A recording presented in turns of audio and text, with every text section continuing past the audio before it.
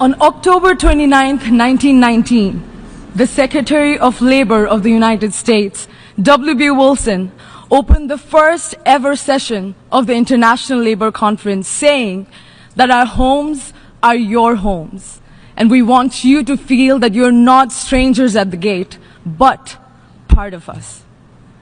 And while we have made great progress in the last 100 years, including a Nobel Prize for using economic empowerment and social justice for peace, we've started to see regressions.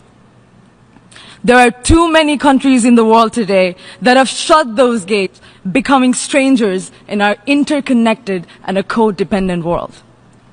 Excellencies, Secretary General, President of the General Assembly, heads of states and governments, distinguished guests, and our dynamic young people in the balcony. It is my honor to be here with you today.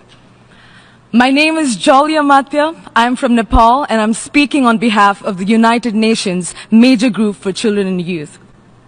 We are the General Assembly mandated youth engagement mechanism at the UN, originally created in 1992 as an outcome of Agenda 21.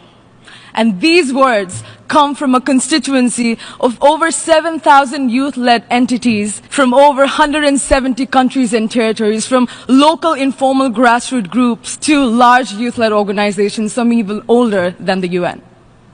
And despite our failing education systems, we've done our homework. The Constitution of the ILO opens, stating that universal and lasting peace can be established only and only if it is based upon social justice. Secretary Wilson echoed this, saying that war is waste. And yet, globally, we spend a combined of $1.7 trillion on our military because our economic models cannot tell the difference between the production of weapons for mass destruction and instruments of well-being.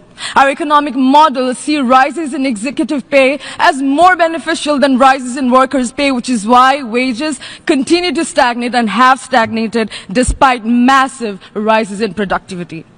A truly equitable and inclusive future of work cannot be hijacked by the same mindset that has led us to where we are today.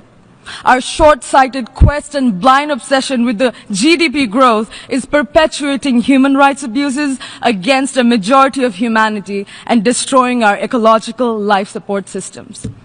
Unchecked growth is an existential threat. And in the midst of these crises, young people have jumped into action. Young people, we know that there will be no 200th anniversary of the ILO if we continue to steamroll our planetary boundaries and not take immediate and extreme action to reverse climate change. There are no jobs to protect if we're all dead. No jobs on a dead planet.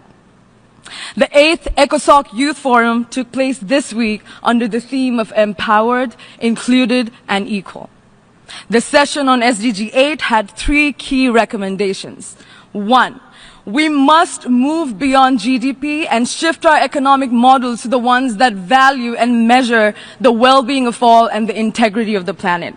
We need alternative development strategies, including sustainable degrowth for the overconsuming. There is no future for an economic paradigm that puts growth and greed over people and planet.